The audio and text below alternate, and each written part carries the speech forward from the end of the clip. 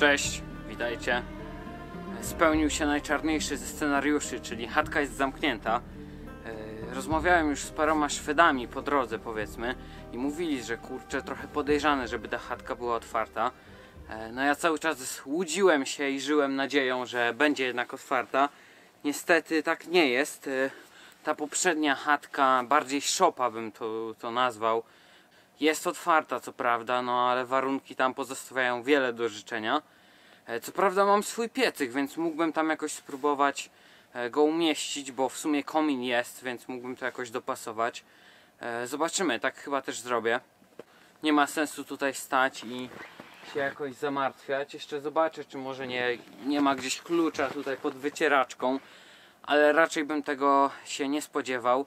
No jak w tamtej chatce mi się zdecydowanie nie spodoba i stwierdzę, że no nie ma sensu tam w ogóle przebywać, to jeszcze zostaje mi namiot, którego wolałbym jednak nie rozkładać, no bo nocka w chatce jest nieporównywalnie bardziej komfortowa od tej w namiocie. No ale nocka w namiocie jest dużo lepsza niż stanie pod drzwiami chatki. Swoją drogą w nogach mam 30 000 kroków.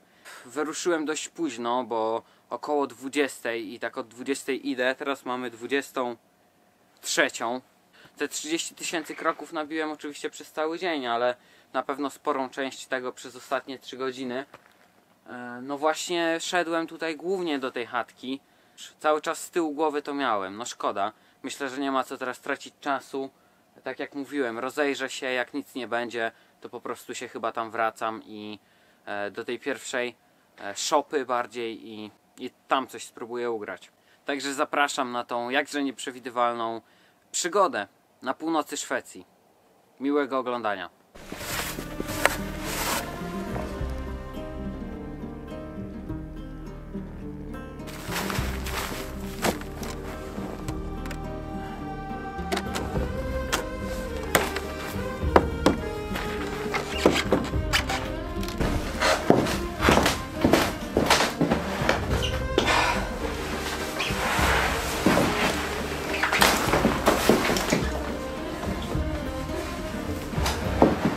Takiego obrotu sprawy się nie spodziewałem, bo już naprawdę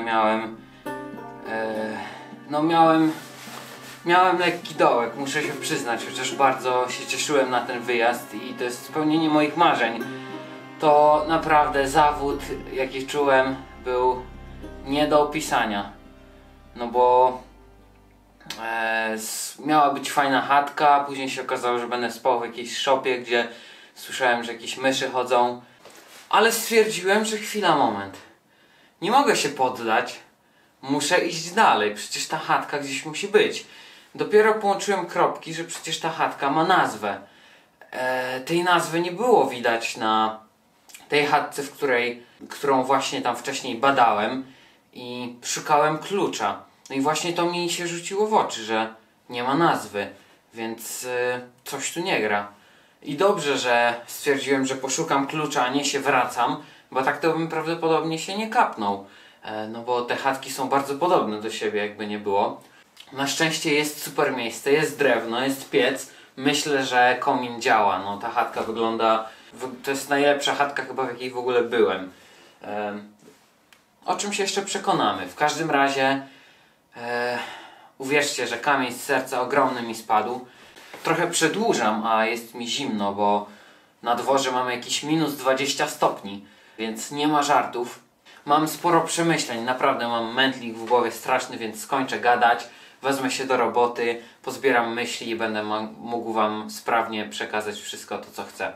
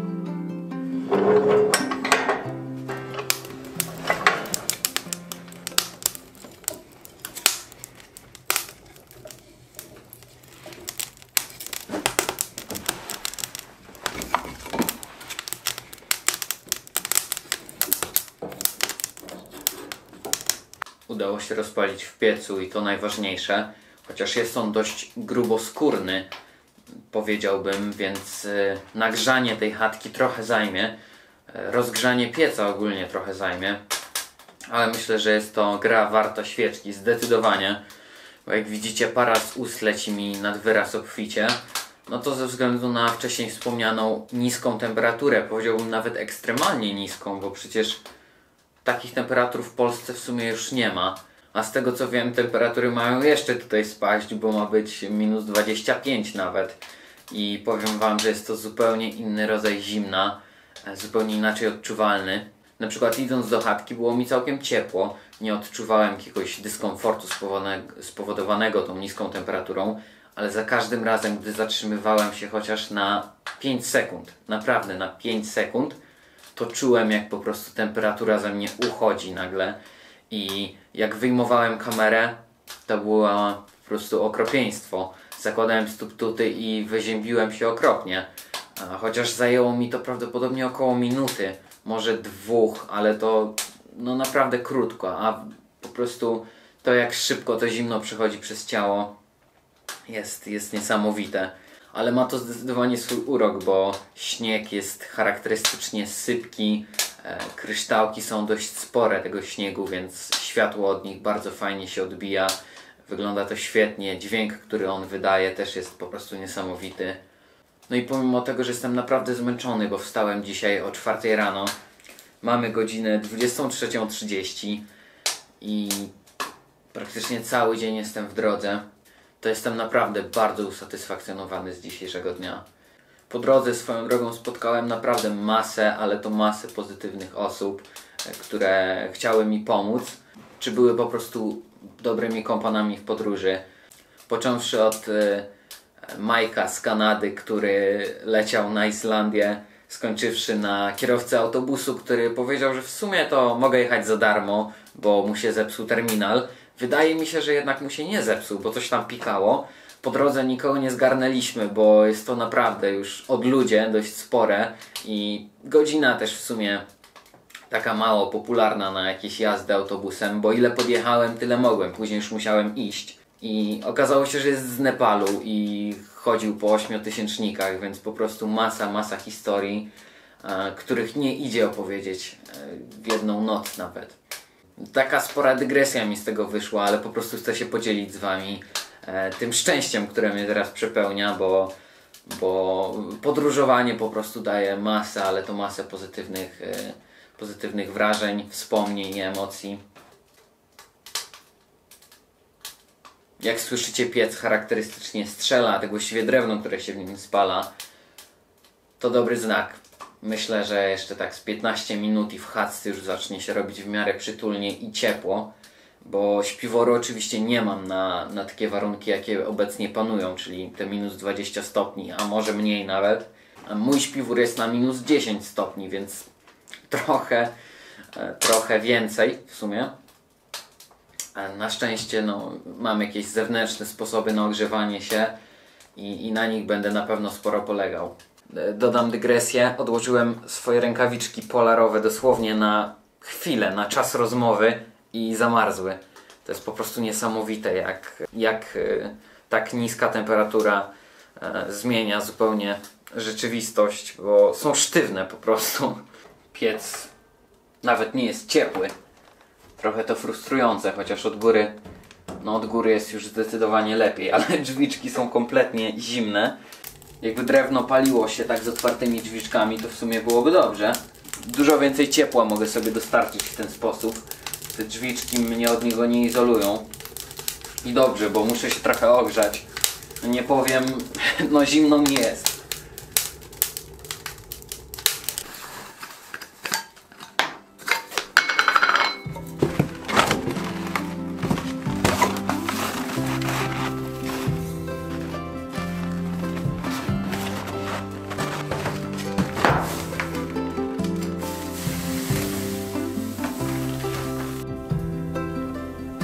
Spójrzcie na termometr, który bagatela był w plecaku, więc teoretycznie odizolowany.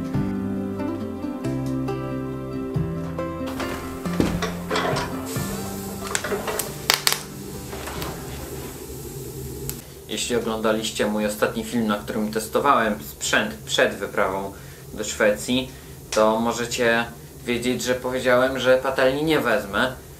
Okazałem się jednak niekonsekwentny co do swoich założeń i patelnię wziąłem. Stwierdziłem, że te 400 gramów w sumie może sporo zmienić, bo mogę sobie usmażyć łososia, mogę zrobić wiele potraw w dużo prostszy sposób i dużo smaczniejszy, aniżeli robiąc je w garnku, w którym teraz na przykład gotuję śnieg. Dlatego wziąłem, i wykorzystam ją dzisiaj, bo skoro jestem w Szwecji, to trzeba przygotować coś szwedzkiego. Rozmawiałem ze Szwedką w sklepie i powiedziała mi, że na kolację zjadłaby kanapkę z krewetkami. I to dzisiaj też przygotujemy. Co najważniejsze, piec już się fajnie nagrzał, jakieś ciepło oddaje. Może niekoniecznie tu, gdzie siedzę. Tutaj jest cały czas naprawdę zimno i termometr pokazuje minus 17 tak na oko. Więc niewielka zmiana, ale raczej na dobre. Zrelaksujcie się razem ze mną. Ogień już płonie naprawdę solidnie, co możecie słyszeć. Kolacja zaraz będzie przygotowana i to niebagatelna. Jest naprawdę przyjemnie.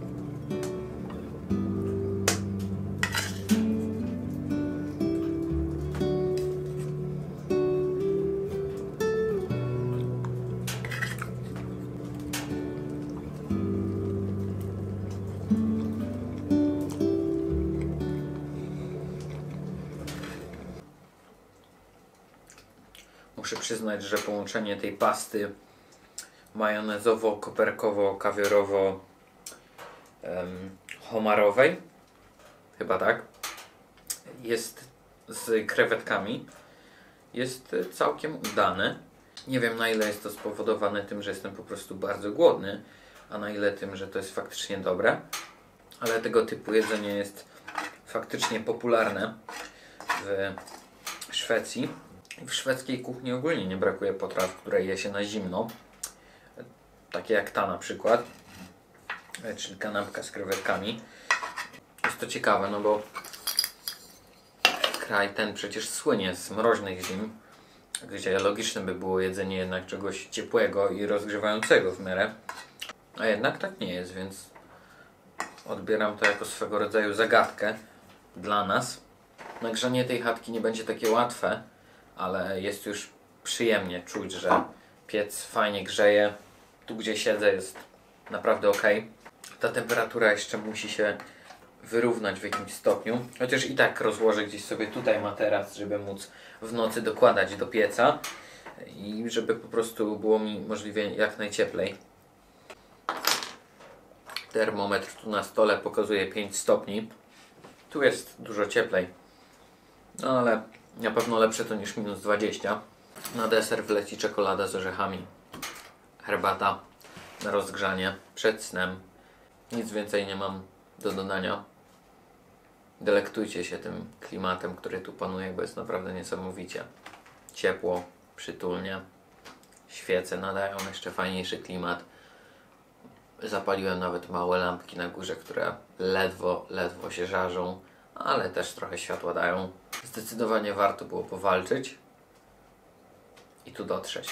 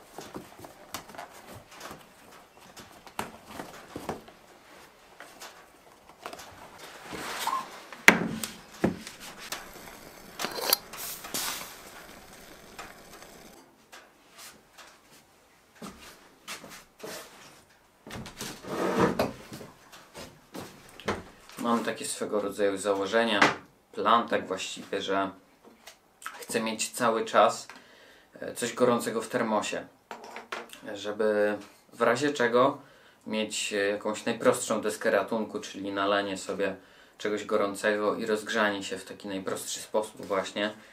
No bo to jest ważne jednak, żeby mieć takie zaplecze, powiedzmy. Jest to też przyjemne, nie oszukujmy się, mieć możliwość napić się czegoś ciepłego, kiedy jest na dworze minus 20. No i dlatego będę starał się cały czas mieć termos napełniony gorącą herbatą, czy nawet wodą chłód trochę ciągnie od podłogi i od drzwi. Ta izba główna nie jest oddzielona od korytarza, od wejścia, więc od drzwi też ciągnie, które nie są szczelne niestety. Dlatego położyłem sobie materac, który był na górze i na to położę swój materac. Powinno być ok wtedy. Na pięterku jest naprawdę ciepło, na tej antresoli tak właściwie i kusi mnie, żeby tam się położyć, ale wiem, że będę musiał budzić się w nocy i wstawać, schodzić po drabinie po to, żeby dołożyć drewna. Poza tym nie wiem, czy tam nie jest na tyle ciepło, że aż za gorąco, bo naprawdę tam myślę, że jest spokojnie 30 stopni. Dlatego raczej zostanę tutaj na podłodze, gdzie będzie zimniej, ale za to będę miał dostęp do pieca od razu. No a w śpiwór mam też przecież na -10, więc bez przesady, tu -10 nie jest.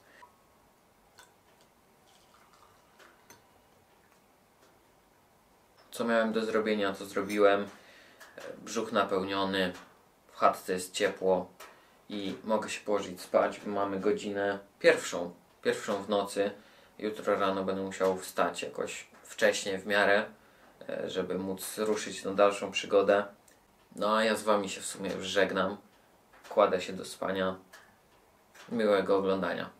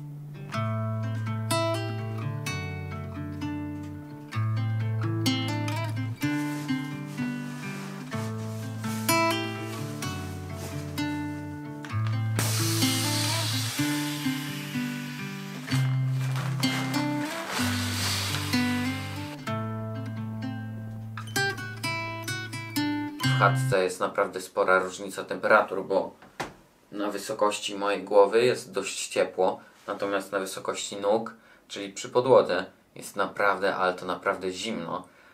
W granicach 5 stopni bym powiedział. Co do samej nocy, tak na szybko powiem, że było ok. Naprawdę było w porządku.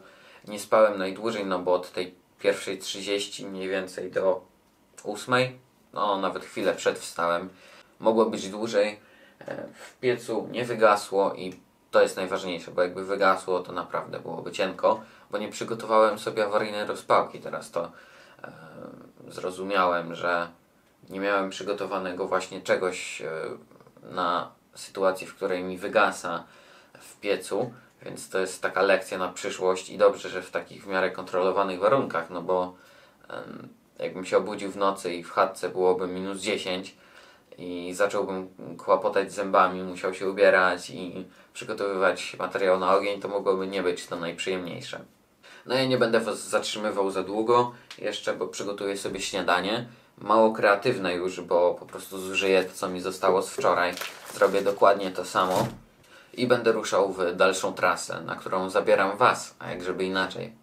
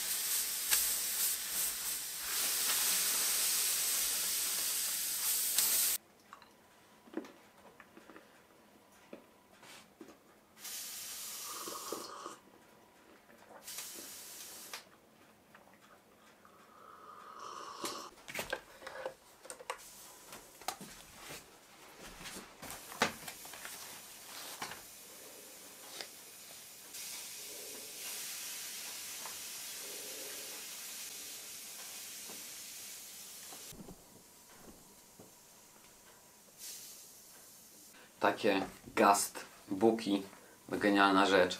Masa historii. Podoba mi się bardzo to, że wpisy są rozwinięte. Opis miejsca, swoich przygód. Bardzo to jest fajne, a nie tylko imię, nazwisko i data.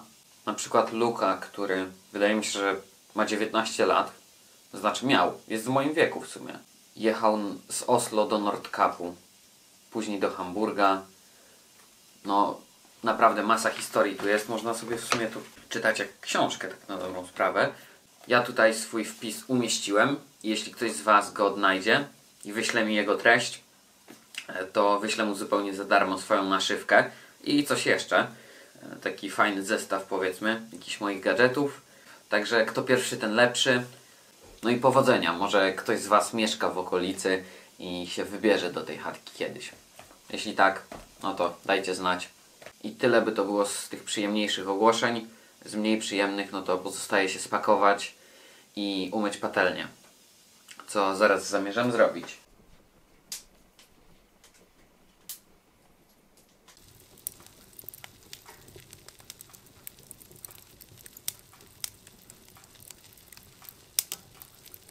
W chatce znalazłem kartkę z kontaktem do opiekuna i dowiedziałem się, że pytałem o drewno, czy jest tu właśnie drewutnia, mogę coś zrobić i opiekun powiedział, że jeśli nie zużyłem połowy tego, co tu jest, to w ogóle żebym się nie przejmował, bo jest tutaj naprawdę dużo drewna.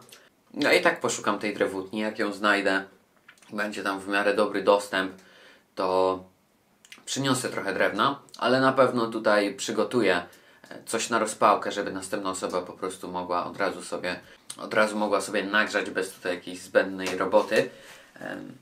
No i posprzątam, rzecz jasna, ale to nie jest w sumie żadne ułatwienie. To nie jest żaden dobry uczynek, to jest po prostu obowiązek i to trzeba wykonać.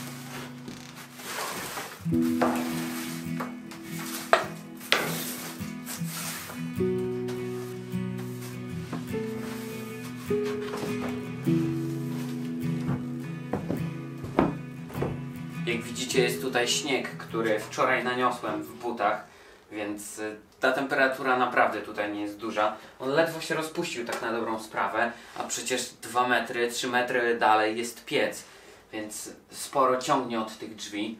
Jakaś kurtyna tu by się może przydała. No ja nie jestem w stanie za dużo zrobić na pewno. Dajcie znać, jak się Wam podoba. Taki film z skrajnie trudnych warunków, chociaż trafiła się chatka, więc nie było tak ciężko w sumie, ale ogólnie ze Skandynawii.